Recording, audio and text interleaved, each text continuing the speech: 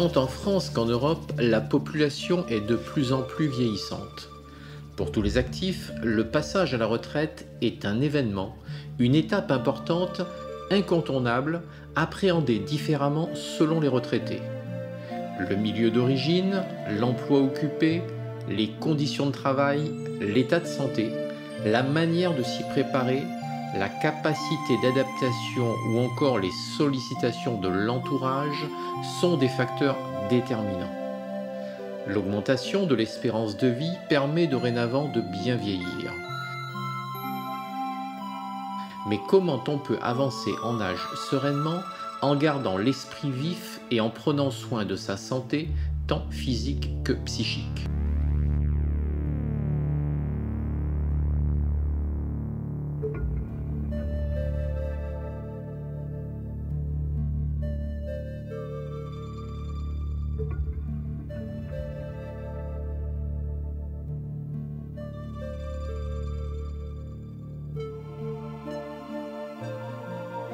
Le hasard nous amène à Nancy.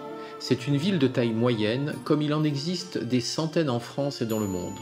Une ville moins bruyante et plus conviviale que les grandes capitales, dans lesquelles les gens se côtoient sans se connaître et vivent dans l'indifférence. Ici comme ailleurs, la retraite peut représenter la fin de vie, un thème tabou auquel on évite de penser ou encore un passage plus ou moins difficile à vivre. Nombreux sont ceux qui attendent avec impatience l'heure de la retraite, mais qui ont du mal à s'y adapter et encore plus à l'accepter le jour venu.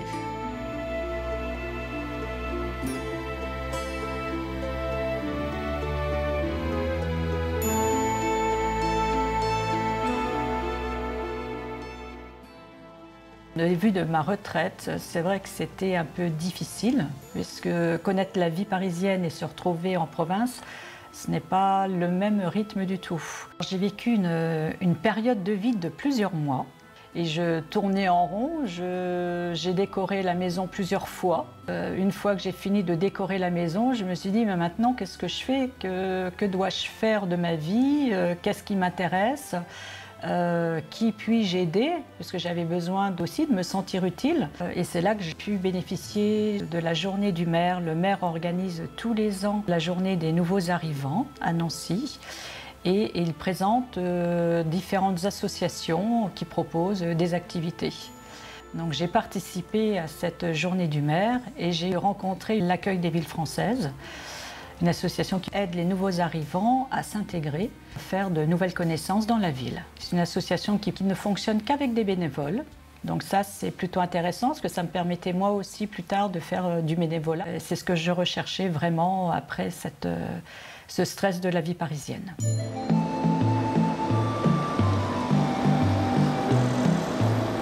Il y a aussi ceux qui attendent la retraite depuis un certain temps pour réaliser un projet mûrement réfléchi.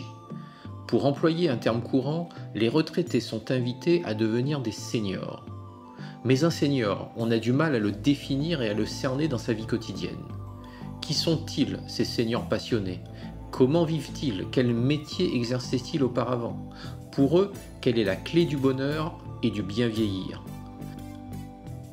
Quelles sont leurs motivations pour pratiquer toutes leurs activités?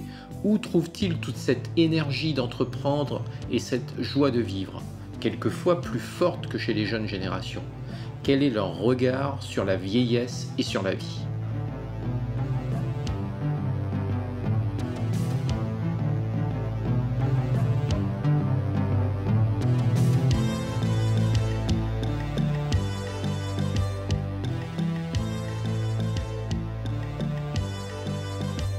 L'association Voyage Loisirs a été créée il y a 10 ans par Jackie et Janine, alors tous deux jeunes retraités. Leur association compte 350 personnes et fonctionne uniquement grâce aux cotisations des adhérents et aux bénévoles.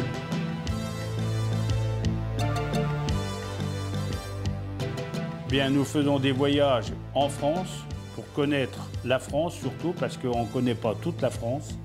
Ensuite, à l'étranger, mais surtout en Europe. On ne fait que l'Europe en ce qui nous concerne. C'est des voyages culturels, des voyages festifs, on peut appeler ça comme ça. des voyages un peu sportifs pour les skieurs quand on va en Autriche par exemple. Et ensuite, on a également des repas dansants pour occuper donc les gens sur certaines périodes de l'année. Je m'occupe d'une association en même temps que mon mari. C'est une chose qui me plaît beaucoup parce qu'on s'occupe beaucoup de personnes plus ou moins âgées et c'est surtout un peu du social qu'on fait parce qu'on les aide à partir en voyage. Elles n'ont pas forcément des très grosses retraites, mais on les aide. On les aide en leur permettant de payer leur séjour tranquillement, quand elles le veulent, quand elles le peuvent. Dans le social, le couple a accueilli des enfants d'Ukraine. La première petite fille ukrainienne qu'on a eue, elle avait 8 ans. Et elle est restée jusqu'à l'âge de 16 ans, puisqu'après, ils ne peuvent plus venir en France à cause de leurs études. Elle faisait partie d'un groupe de cirque, des contorsionnistes surtout. Et elle est venue une année pour danser, mais après, on l'a pris pour faire d'un séjour linguistique. Donc pendant 4 ans, elle a fait un séjour linguistique ici, à l'école de Bouxières-aux-Dames. Là, elle est allée au collège. Et ça a été la dernière année qu'on l'a eue à la maison. Moi, je pense que pour bien vieillir, il faut faire ce qu'on a envie de faire. Pas rester à la maison, pas rester enfermé. Bon, l'association nous prend beaucoup de temps, c'est sûr, mais malgré tout, à côté, on a encore d'autres activités. On marche, on danse, surtout la danse, ça nous plaît. Et c'est rare qu'on passe un week-end sans aller danser.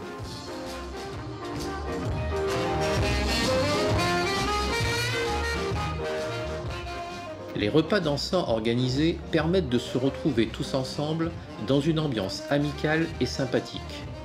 On y trouve des couples qui conservent leur esprit jeune, mais aussi des personnes seules, veuves ou divorcées.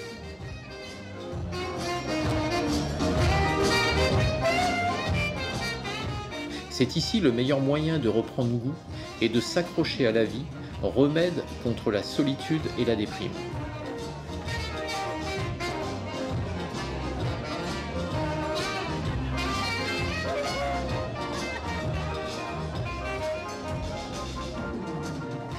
Entre tous ces passionnés de danse, Maurice, 90 ans, est de loin le partenaire préféré de ces dames.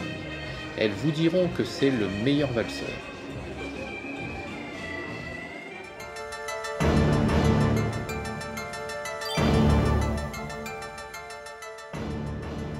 L'association L'Amicale de la ville de Nancy est subventionnée, mais tous les membres du comité sont des bénévoles. Elle s'adresse aussi bien aux actifs qu'aux retraités. Pour ces derniers, le passage à la retraite leur a permis de commencer une nouvelle vie, une vie bien différente de celle du travail, sans stress, sans horaire imposé, sans hiérarchie ni esprit de compétition.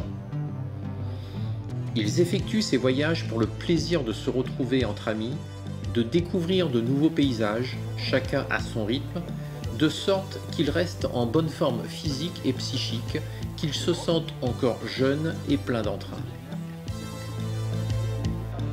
Nous les accompagnons en Alsace.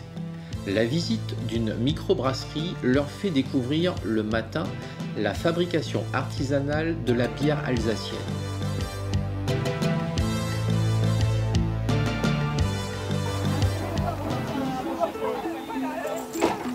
On a accroché les bateaux côte à côte.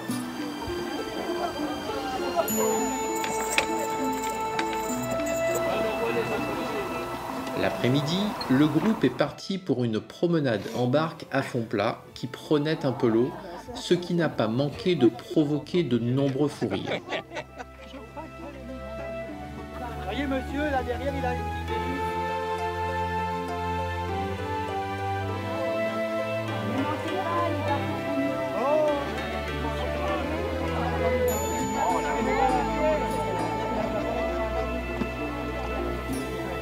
Mesdames, vous attendez derrière, vous attendez. Viens vous chercher. Eh oui, bien sûr.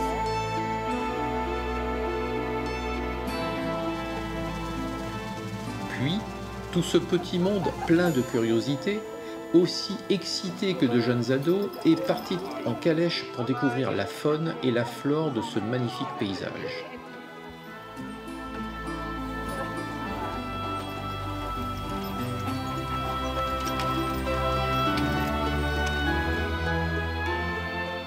Au cours d'une nouvelle sortie, un autre groupe a passé quelques jours sur la côte d'Opale, au nord-ouest de la France.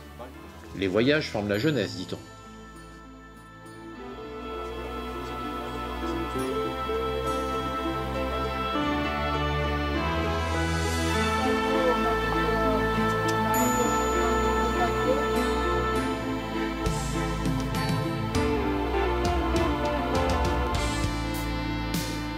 Le problème du vieillissement est simple. Il faut absolument que les personnes âgées aient une activité physique intellectuelle. Parce que le cerveau, l'organisme vieillit. Si on n'est pas actif, si on ne se déplace pas, obligatoirement, vous allez avoir des muscles qui vont fondre, vous allez avoir des articulations qui s'enraidissent. Au niveau cérébral, exactement le même problème. Si vous ne stimulez pas vos neurones, votre cerveau, qu'est-ce qui se passe? Eh bien, les cellules vont mourir, dégénérer. Vous aurez de moins en moins de cellules nerveuses et conclusion, votre cerveau sera de moins en moins fonctionnel. Donc, il faut absolument stimuler tous les éléments physiques, intellectuels, affectifs, relationnels. On sait, par exemple, qu'une personne isolée, qui est chez elle, qui n'a pas de contact, aura une espérance de vie de 7 ans de moins que les autres. 7 ans de moins.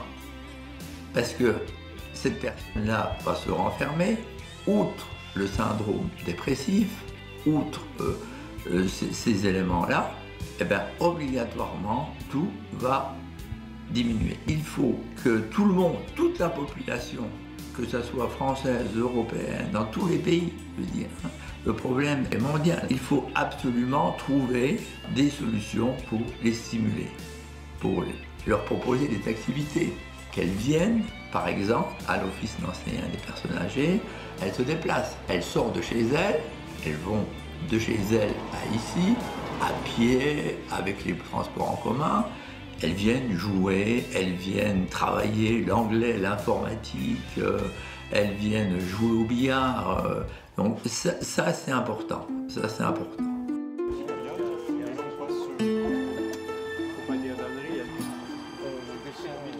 On accompagne un groupe de cyclistes au cours d'une de leurs 3 sorties hebdomadaires. La plupart d'entre eux ont entre 60 et 80 ans. Ils sont encore animés par l'esprit de compétition et heureux de se retrouver entre copains.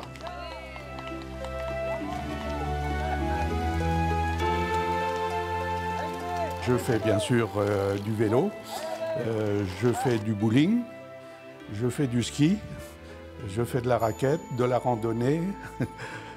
Voilà, ça me prend suffisamment de temps tout au long de l'année. C'est un besoin, depuis mon plus jeune âge, j'ai toujours fait du sport. Si je n'en fais pas, je ne suis pas bien dans ma peau. C'est un besoin vital, mentalement et physiquement.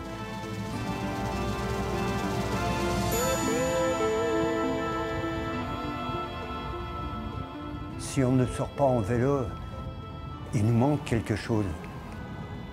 Chaque fois, quand on revient du vélo, qu'on a fait, disons, 80, 100 km, eh ben, on est content. On a notre plaisir à effectuer. Oui, moi c'est pareil. Ben, j'ai un besoin de prendre l'air, de voir. Et on a la chance de pouvoir rouler en campagne en plus. Donc là, c'est vrai, on prend plaisir à admirer la campagne tout en étant dehors, à faire notre sport favori, il faut reconnaître. L'été, il y a de superbes sorties. L'hiver, eh bien peut-être qu'on marchera pour compenser un peu le vélo, mais voilà, il faut absolument qu'on sorte, un besoin de sortie tous les jours, tous les jours, tous les jours.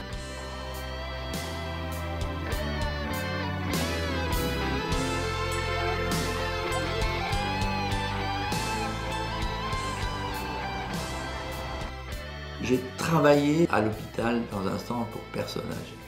Et je voyais la différence entre les personnes qui n'avaient pas d'activité et celles qui en avaient. Lorsque malheureusement on les prenait pour tel ou tel problème en rééducation, eh ben, c'était beaucoup plus facile et les progrès plus importants chez ceux qui ont une activité. Fin 2010, mon mari a donc fait un AVC.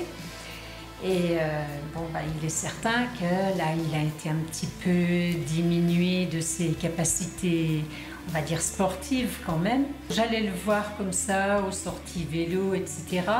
Et quand je me suis trouvée en retraite, je me suis dit, tiens, pourquoi pas l'accompagner au vélo, ce serait peut-être encore plus sympa.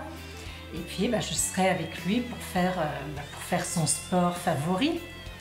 Donc je me suis décidée, j'ai acheté un vélo vraiment basique et j'ai commencé à sortir avec le groupe de cyclistes.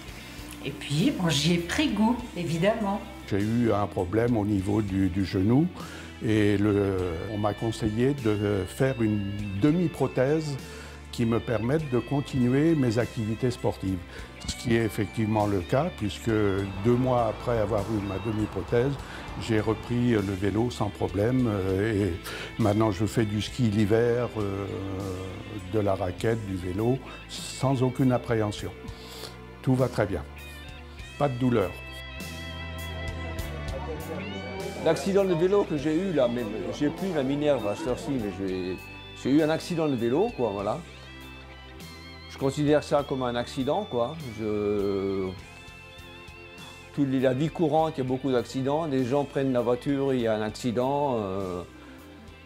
Je ne considère pas ça comme une raison pour arrêter. Mon idée, c'est effectivement, avec impatience, à l'heure actuelle, d'attendre que la médecine me dise que la réparation de ma vertèbre est faite, pour que je puisse repartir, pour reprendre, m'aérer, sortir, aller dehors.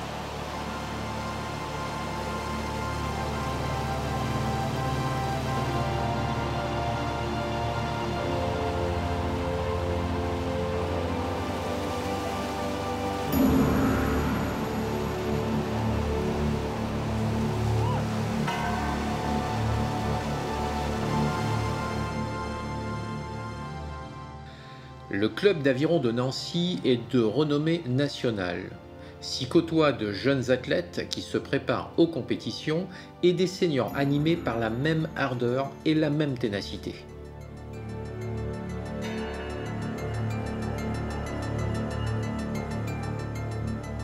Je suis actuellement vice-président du club, j'en ai été le président pendant 25 ans et je suis entré au club il y a 50 ans. Et j'ai fait de l'aviron en compétition. À la fin de ma carrière, avec mon coéquipier, on a décidé de s'occuper du club. Je ne suis pas payé, effectivement, pour tout le temps que je passe au club. Je le fais par passion, parce que j'aime ce sport, je le trouve très beau, il est porteur de valeurs humaines qui m'intéressent.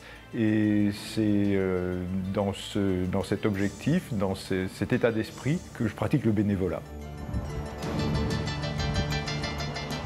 Je passe beaucoup de temps au club, peut-être 6 heures par jour, surtout en cette période où il faut rédiger des dossiers de demande de subvention. Et puis je m'occupe aussi des équipages qui sont sur l'eau, à les suivre techniquement, à essayer de les faire progresser. Le club de Nancy est très ancien puisqu'il a été créé en 1866. Actuellement, il accueille différents publics, des compétiteurs, des rameurs de la section loisirs, des universitaires et une nouvelle activité que l'on a mise en place il y a 2 ans qu'on appelle l'Avifit, qui consiste en des séances de 45 minutes sous la conduite d'un entraîneur du club, séances qui se font en musique avec des exercices variés, mais en partant des machines à ramer, des ergomètres.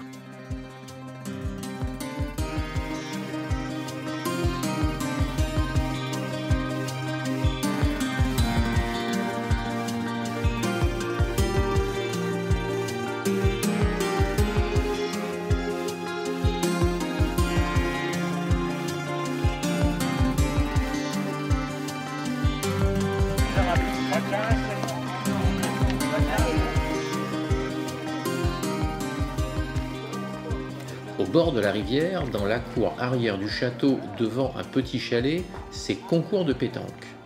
Ce jeu de boules, originaire du Midi provençal, est devenu un sport international.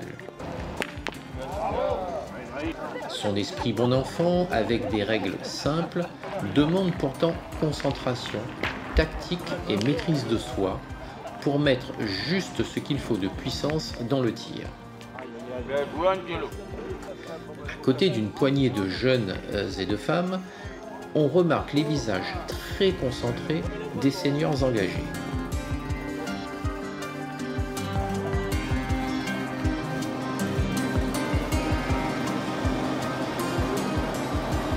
Moi, je pense que de toute façon, la retraite, il ne faut pas que ça soit une fin en soi. La retraite, il faut que ça soit un tremplin vers une autre vie. Et l'autre vie, il faut la meubler et de manière intelligente. La retraite, c'est pas rester dans un fauteuil avec une tablette de chocolat dans une main, une bouteille de whisky dans l'autre. La retraite, c'est s'occuper et vraiment essayer de faire ce qu'on n'a pas fait pendant la vie active. Il faut garder une activité après la retraite, que ce soit le sport, que ce soit la lecture, que ce soit la pétanque, que ce soit... Il y a X activités, même on peut rencontrer des clubs de danse, mais il ne faut pas rester à rien faire. Le problème de beaucoup de retraités, c'est qu'ils restent inactifs après la retraite. Ça, c'est un gros problème pour eux. J'ai une bonne retraite, donc je peux me permettre d'être bénévole dans des associations. Donc j'ai choisi la boule maxoise parce que le cadre est magnifique. Je peux sortir tous les jours. J'ouvre le château tous les hivers. Tout l'été, j'ai ouvert le chalet, j'ai vu les joueurs, je peux discuter. Ça me permet de voir beaucoup de monde. Je reste active, même en étant retraitée et en étant handicapée surtout. Je peux voir beaucoup de monde. Je veux bouger, je veux voir le jour tous les jours. Tous les jours, je veux sortir.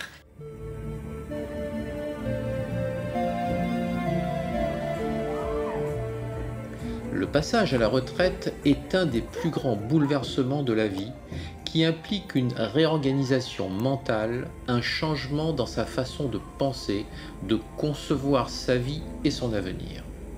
Pour les seniors passionnés que l'on a rencontrés, la retraite ne signifie ni déclin ni ennui. Ils se sont construits une vie dont ils avaient envie, avec un rythme adapté à leur tempérament et à leurs aspirations. Et bien sûr, ils n'ont pas manqué de saisir toutes les occasions pour maintenir le contact avec les autres.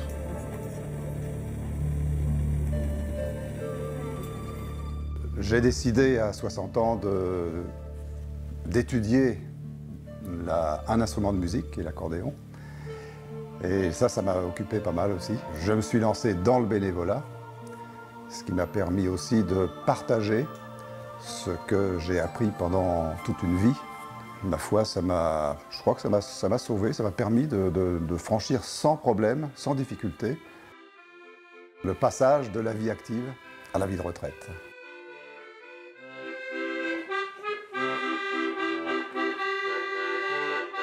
Alors, à part l'accordéon, eh bien, de temps en temps, quand je le peux, je vais taquiner le cochonnet en faisant de la pétanque.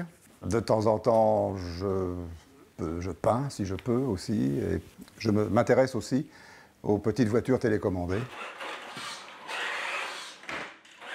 Avec l'accordéon, ce qui est intéressant, c'est que je peux partager mon amour de la musique avec des personnes âgées en maison de retraite. Grâce au relais amical Malakoff-Médéric, qui me permet justement d'aller de temps en temps en maison de retraite avec un petit orchestre pour faire danser, faire rire, faire chanter les personnes âgées, un peu plus âgées que moi.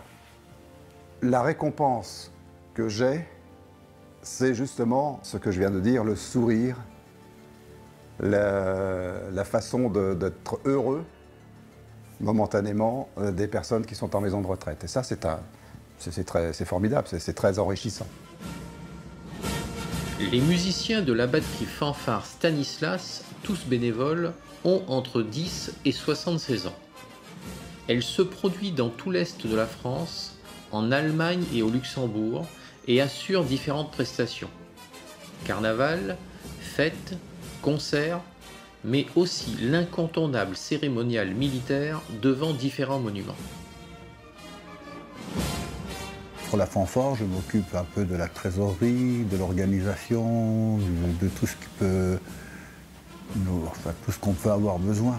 Beaucoup plus que pendant que je travaillais, puisque j'ai beaucoup plus de temps maintenant.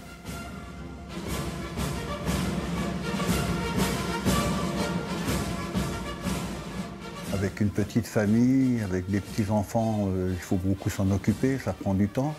Et de par mon métier, j'étais électricien, donc je rends beaucoup de services à mon quartier, à d'autres gens même. Donc en travaillant un petit peu comme ça de temps en temps.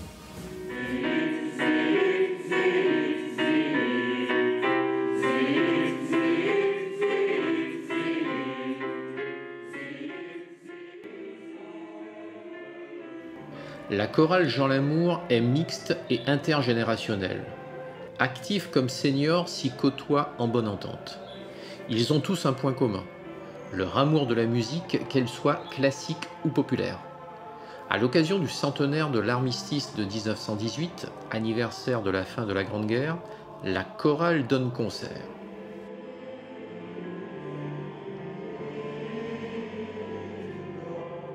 Je suis conférencier et professeur dans une association qui s'appelle l'Université de la Culture Permanente. Je continue à enseigner de l'histoire, mais cette fois ce n'est plus le même public, c'est un public d'adultes et c'est une expérience passionnante. Parce que c'est des gens qui ont une culture, qui ont une histoire personnelle et qui se retrouvent dans ce que je leur raconte. Ça donne une vie qui est non pas resserrée, repliée sur soi-même, mais une vie où on reste actif tant que la santé le permet, une ouverture, une rencontre avec des rencontres avec des gens que je ne verrai pas par ailleurs. Ça a commencé quand j'étais étudiant, il y a plus de 50 ans, et ça continue encore maintenant. Toute ma vie, j'ai été dans diverses associations, et souvent avec des fonctions de responsabilité.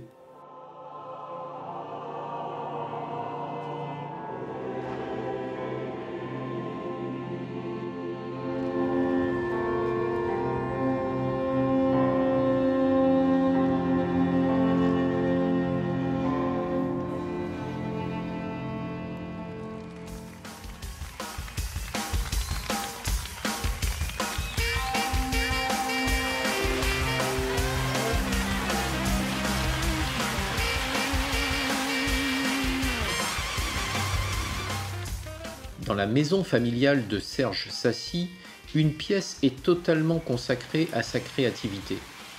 Nous restons émerveillés devant son univers poétique et vivant dans tous ses détails.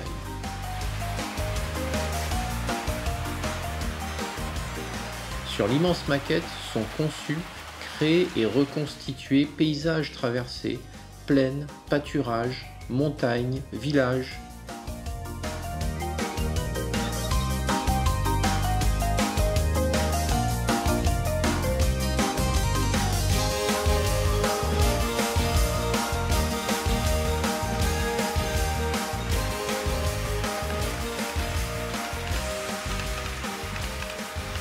Les trains électriques se croisent et s'animent devant nous et devant les yeux de ce grand enfant heureux et passionné.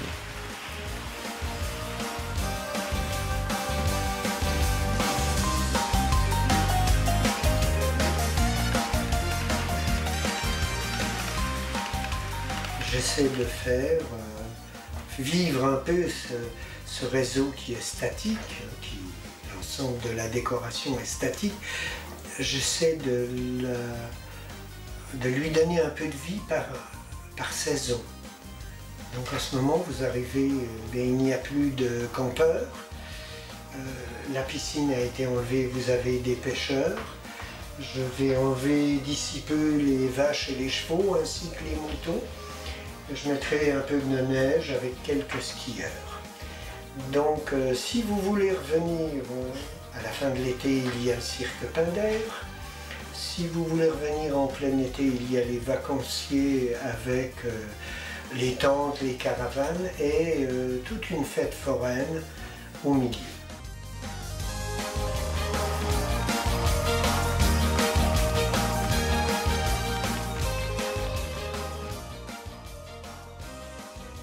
Pour compléter notre émerveillement après la promenade dans son univers pittoresque, Serge nous montre la collection de plus de 650 petites voitures qu'il a réalisées en reproduisant celles des vainqueurs des 24 heures du Mans.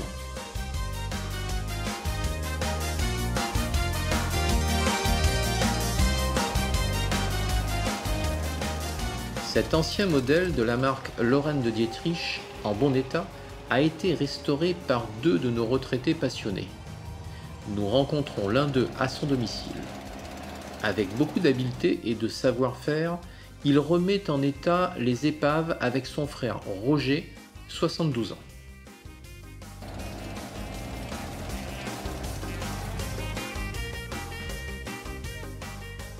J'ai commencé moi par une Rosalie. Une Rosalie Citroën de 1933, une petite 8 chevaux. Et puis de fil en aiguille, quand on aime, on ne compte pas. Donc on est toujours intéressé par autre chose. Par coïncidence, j'ai acheté une première Donnez Edel, que je ne connaissais absolument pas l'existence de cette marque-là. Donc on a pris des renseignements et je me suis accroché à cette marque. Autrement, j'ai encore de la Citroën. Mon frère a aussi de la Donnez Edel, il a de la Lorraine Dietrich. Donc on les refait, on les entretient, on continue à refaire d'autres véhicules. On fait partie de clubs et on sort avec les clubs, on fait des sorties, on vit avec. On part en vacances avec ces voitures-là.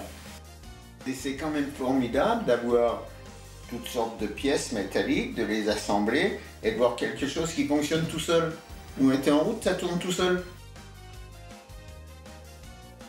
J'en ai quelques-unes à l'état de plus ou moins d'épave, mais qui me servent aussi de banque de pièces. Parce que les pièces, ça se trouve pas chez le concessionnaire du coin. Hein. Et quand il n'y a pas, il faut les fabriquer.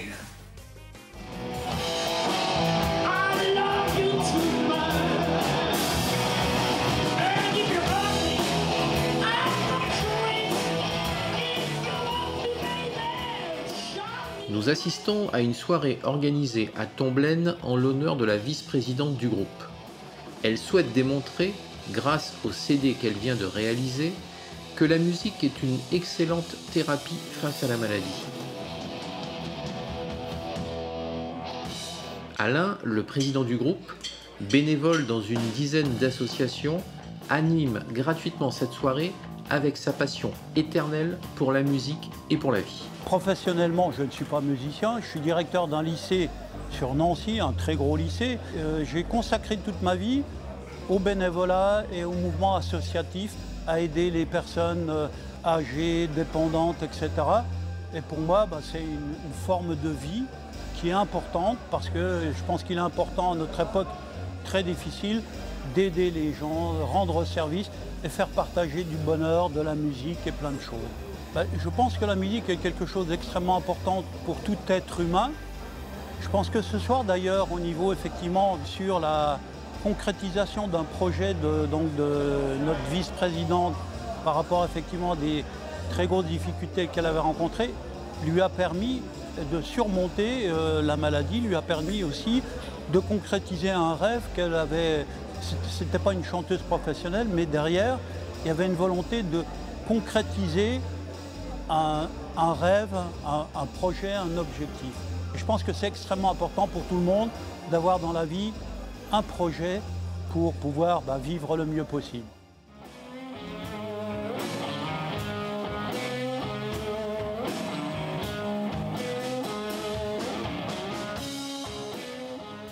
Lorsqu'on est passionné, lorsqu'on a envie de faire telle ou telle activité, on se stimule, comme je le disais tout à l'heure, du point de vue neurologique, du point de vue psychique. Quelqu'un qui est heureux de vivre, quelqu'un qui fait une activité qui est passionné, celui-là, au niveau cérébral, naturellement, il va faire des progrès, il va plus se conserver.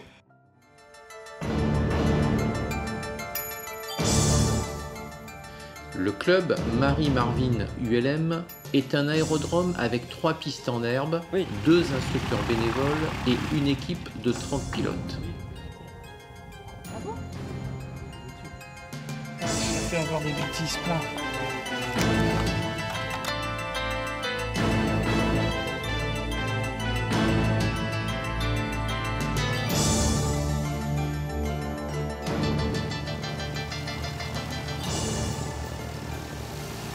Ce club permet à ceux qui le souhaitent de découvrir et de poursuivre une activité qui leur fera partager un nouvel espace de liberté insoupçonné. Selon les instructeurs retraités bénévoles de ce club, il faut voler pour comprendre pourquoi les oiseaux chantent.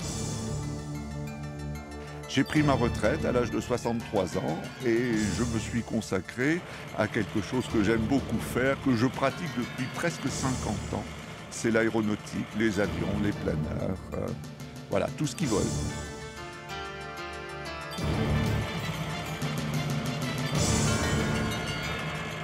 Je fais beaucoup d'avions et je suis devenu instructeur. Et aujourd'hui, je ne fais plus que ça à mi-temps. Tous les après-midi, j'apprends à piloter aux jeunes gens et aux moins jeunes. Et tous les matins, j'apprends une langue étrangère que je ne connaissais pas encore. Après une petite nostalgie qui a duré entre 3 semaines et 1 mois, où je me suis ennuyé, je suis reparti à fond dans d'autres activités. Et aujourd'hui, j'ai 20 ans dans ma tête. Et je pense que c'est la condition du succès, c'est de continuer à s'activer et à faire quelque chose de sa vie. Et puis on se sent socialement utile en réalité. Quand on est dans une activité comme ça, on a l'impression de servir à quelque chose parce que les petits jeunes, ils ont besoin de prendre de vous. Et il y a une très belle phrase d'un grec qui disait « Tels les coureurs de fond, tu dois transmettre le flambeau de la vie. Quasi cursores vitae lampada tradunt. » Quand j'avais 20 ans, que j'étais tout jeune et que je ne savais rien, il y a des gens qui se sont occupés de moi et qui ont fait ce que je suis aujourd'hui. Et je n'ai pas eu l'occasion de les remercier. Et bien, je les remercie en donnant à mon tour aux petits jeunes ce que l'on m'a donné jadis. Et c'est un immense bonheur.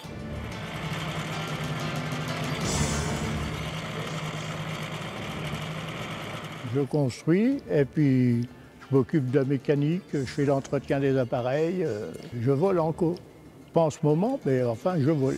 Je ne sais pas jusque quand, mais on espère le plus longtemps possible. J'ai construit, c'est une 15aine d'appareils.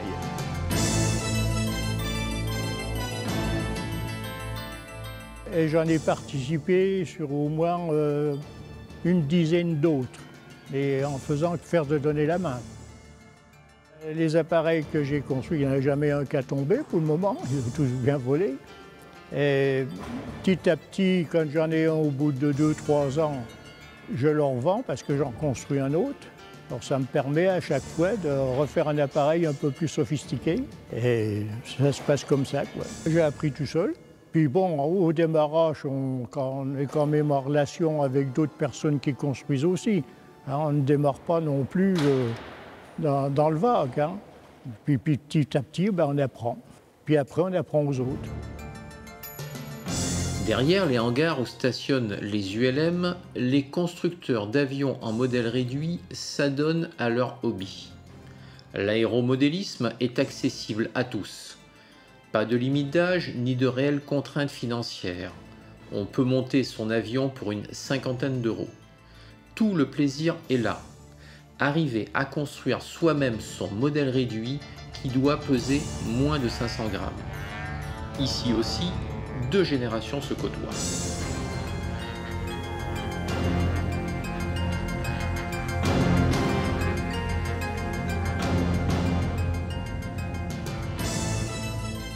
Ça fait très longtemps que j'avais envie de faire de l'aviation, mais de l'aviation modèle réduit, puisque du modèle réduit, j'en ai fait étant tout jeune. J'ai commencé par des petits trains, j'ai fait de la voiture en modèle réduit et je n'avais jamais fait l'avion.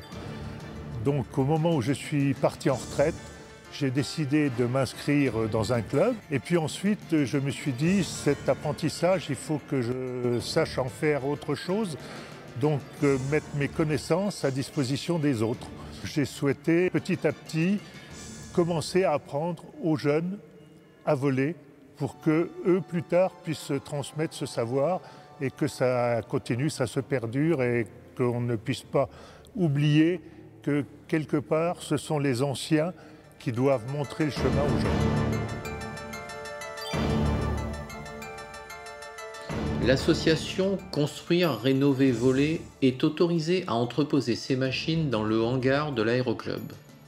Le but principal de cette association est l'entraide et le partage de savoir-faire pour la construction, l'entretien des avions réalisés par les adhérents du club.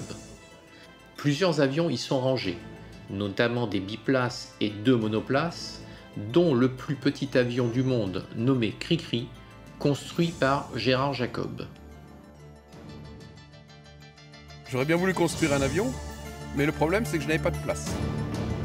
Donc j'ai vu qu'il y a un monsieur qui s'appelait Monsieur Colomban, qui est un concepteur, en fait c'est un ingénieur aéronautique, qui venait de construire une petite machine, toute métallique, et que je pouvais construire en fait chez moi. J'ai construit dans une partie de la cuisine et puis dans mon garage. Je suis allé voir, il y avait des gens à Valenciennes qui avaient commencé déjà cette construction. Je suis allé les voir pour avoir des conseils et savoir comment on faisait. Et le problème de cette machine, ce qui me souciait beaucoup, c'est qu'elle est entièrement métallique. Et le travail du métal, moi je ne maîtrisais pas du tout. Le travail de l'aluminium, c'est assez compliqué. Parce que le travail du bois, c'est facile. Quand on se loupe, on peut râper, on remet un bout de bois, on recolle. Alors que l'aluminium, quand on le travaille, on ne peut pas rattraper. Ce sont les ailes, par exemple, pour les plier. J'ai fait appel à mes parents, qui sont plus de ce monde, malheureusement. Parce que tout le monde devait se mettre dessus pour arriver à former, faire la forme. Bon, c'est une machine qui demande beaucoup d'entretien. Le pilotage est assez particulier, en plus. Mais bon, ça reste un avion de plaisir. Plaisir, c'est d'inculquer à d'autres gens notre passion. Et puis aussi à les aider. Nos camarades, par exemple, ici, quand ils ont des problèmes techniques, ils viennent me solliciter aussi. Et moi aussi, je les sollicite parce que chacun a un petit peu des connaissances dans certains domaines. Il y a des copains qui connaissent mieux les moteurs, les autres connaissent mieux autre chose, quoi, l'électronique et tout ça. Donc on se complémente un petit peu. Pendant tout le temps, son petit-fils, justement nommé Ange, ne le lâche pas d'une semelle. Il a revêtu pour l'occasion sa belle combinaison d'aviateur et a déjà accompagné maintes fois son papy dans beaucoup de vols. Il écoute religieusement ses conseils.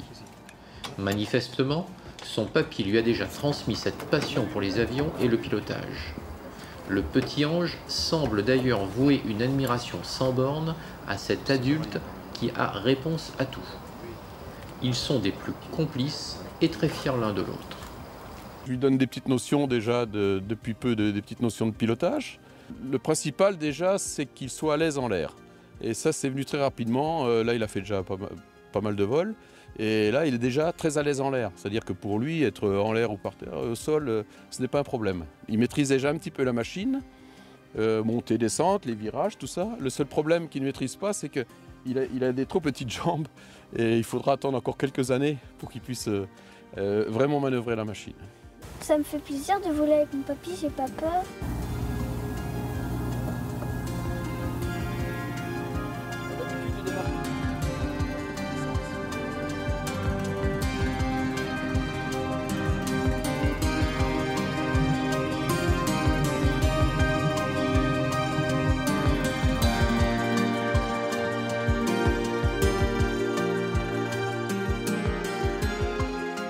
Le point commun de tous nos seigneurs passionnés est leur motivation sociale et morale qu'ils expriment à travers le bénévolat.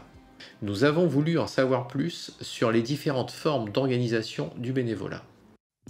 Dans ma vie de retraité, principalement, on s'occupe déjà de notre famille. Nous avons 2 enfants et 4 petits-enfants. Et après, nous avons des activités de randonnée pédestre et de marche nordique. Participons à travers d'une association de randonneurs en programmant et en accompagnant des groupes de randonneurs.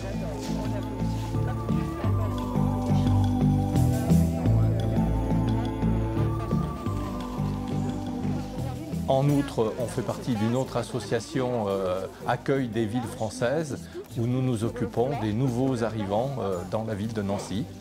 Et puis également dans ce relais amical où nous avons des activités de bénévolat et de responsabilité.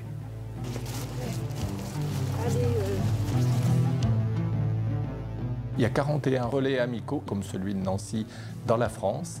Ils s'inscrivent dans le cadre de la politique sociale des retraites complémentaires pour les Français, gérées par les partenaires sociaux, représentants des salariés, représentants des employeurs, qui décident d'une politique sociale en direction tant des actifs que des allocataires, en définissant des actions prioritaires. L'institution Malakoff-Médéric, ça se concrétise au travers de leur réseau d'assistantes sociales dans l'institution régionalement et également au travers des 41 relais amicaux Malakoff-Médéric répartis sur le territoire national. On intervient dans les institutions de retraite, maisons de retraite, EHPAD, etc., pour faire du maintien du lien social et participer à l'activité, à l'animation des maisons de retraite.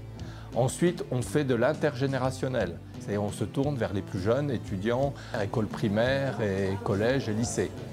Et puis, on mène des actions en partenariat avec d'autres associations. Et surtout, l'action prioritaire qui est importante, c'est le retour vers l'emploi des personnes les plus fragiles dans notre pays. Tant des demandeurs d'emploi que des personnes en situation de handicap, qui sont deux priorités fondamentales. En dehors de ces actions prioritaires de bénévolat économique et social, on doit mener aussi des actions de prévention santé. Bien vieillir, mieux vieillir, en direction de nos adhérents, mais aussi d'allocataires retraités qu'on invite à des conférences santé. On organise des ateliers de stimulation des facultés cognitives, sophrologie, gymnastique douce, marche santé, randonnée pédestre, etc.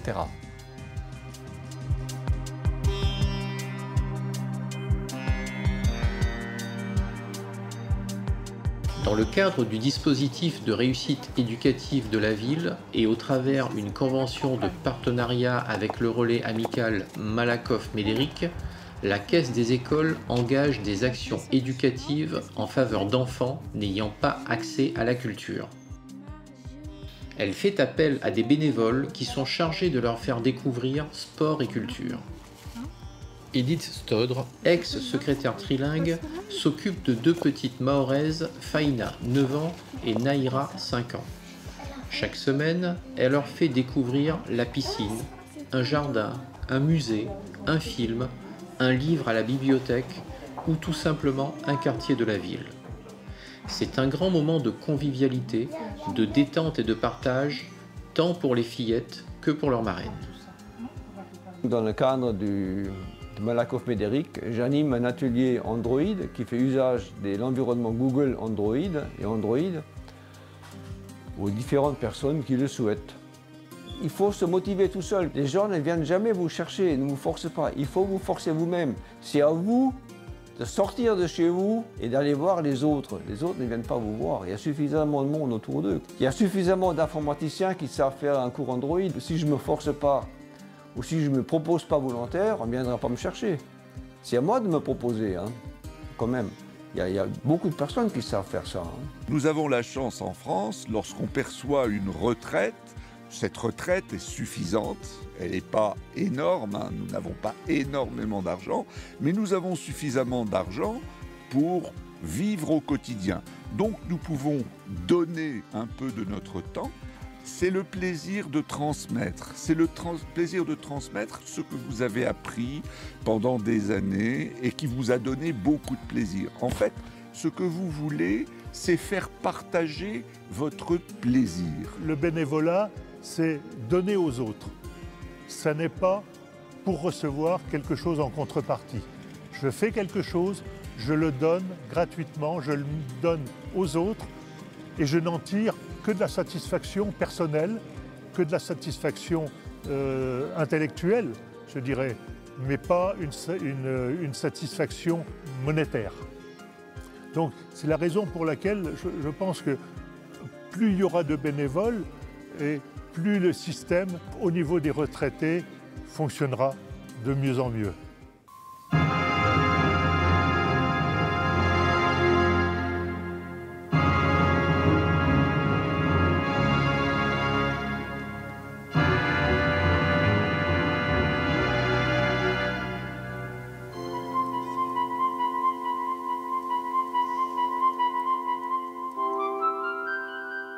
Tous les choristes du Chœur d'Hommes de Nancy sont des seigneurs passionnés d'interprétation de chants sacrés et de chants populaires.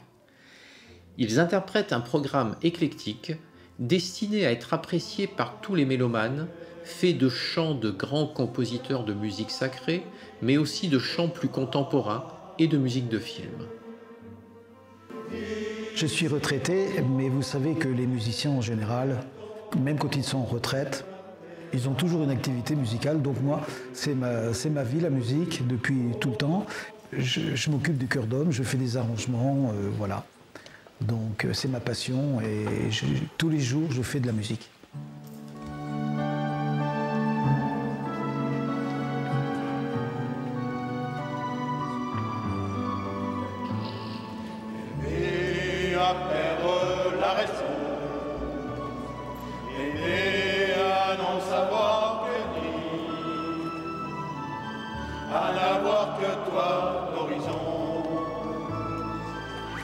Et ne connaître de saison que par la douleur du parti, aimer à perdre la raison, aimer à perdre la raison.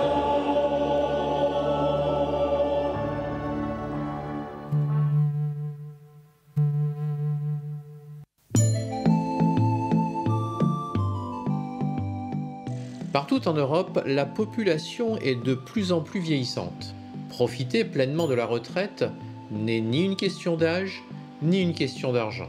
Ce serait plutôt une question d'état d'esprit.